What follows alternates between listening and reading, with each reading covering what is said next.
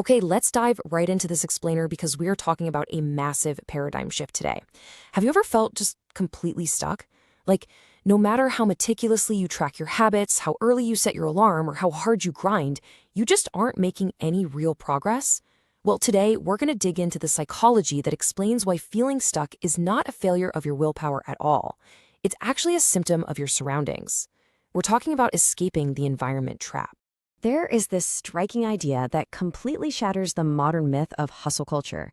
You do not need more discipline, you need a different room.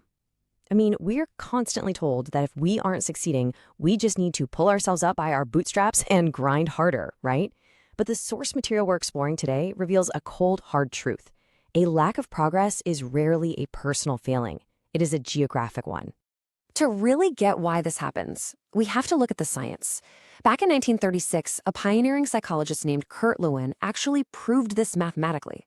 His formula simply states that behavior is a function of the person plus the environment. You absolutely cannot separate who you are from where you are. If you change the environment, the behavior inevitably follows, every single time. Think about it like tying a rocket to an anchor. What happens when you take a highly motivated, high-performing person and drop them into a stagnant, demotivating room? We all like to romanticize the idea that the high performer will inspire everyone else and elevate the room to their level.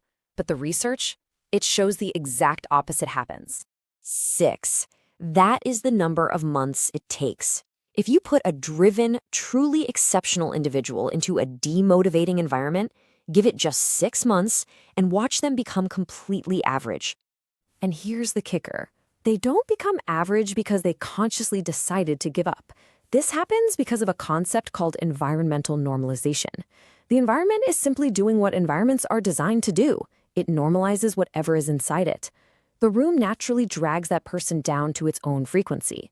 It relentlessly forces everything to adapt and match its baseline level. Section 1. The Three Silent Erosions. Let's look at how you get dismantled piece by piece. So how exactly does the wrong environment break down even the strongest person? Well, it doesn't happen all at once.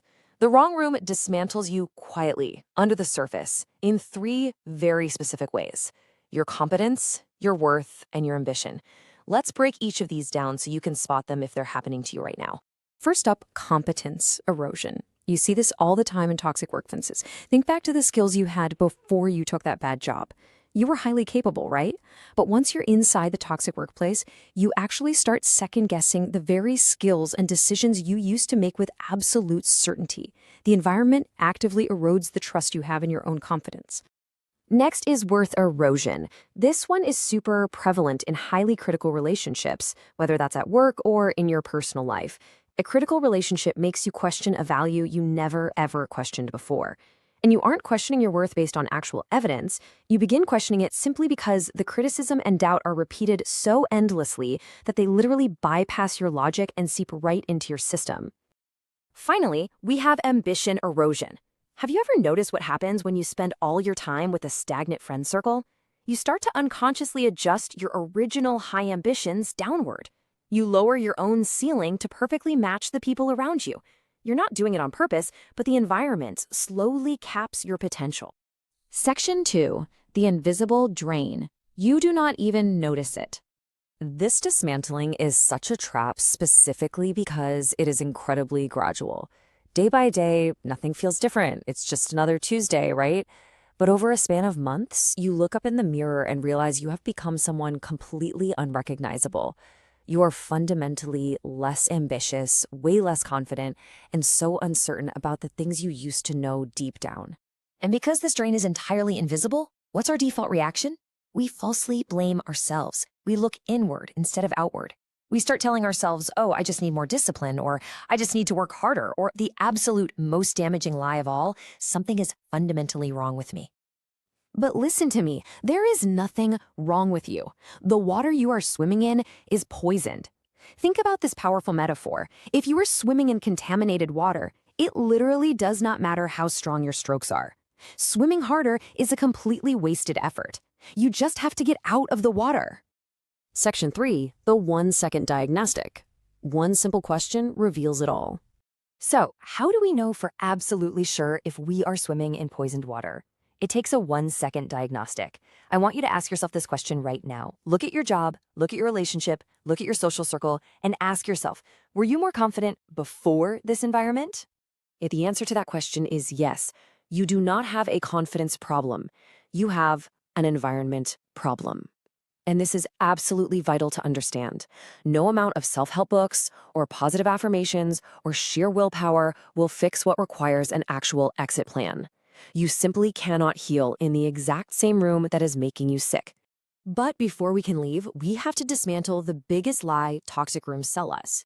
The misconception is that enduring it builds character. We're constantly told we should be strong enough to just handle it. But the reality?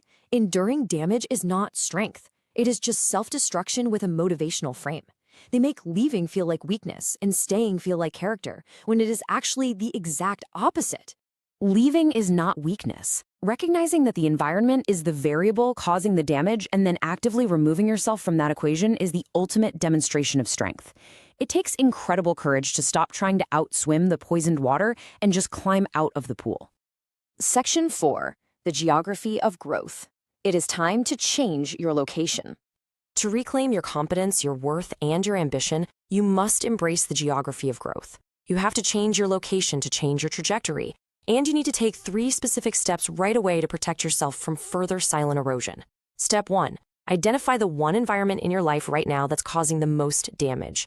Step 2. Decide to remove yourself from the equation. Stop trying to fix the room. And Step 3. Create a concrete, actionable plan to exit. And you absolutely need a timeline for this. Your goal is to build that exit plan with a firm deadline of 90 days. Give yourself exactly 90 days to officially change your room, find a new environment, and start that process of normalization in a positive direction. To wrap up this explainer, I want to leave you with a critical, provocative question to chew on today. Look at your life right now. Identify your poisoned water. What is the one room you need to exit right now to finally start growing again? Remember, you don't need more discipline. You just need a different room. Get out there and find yours.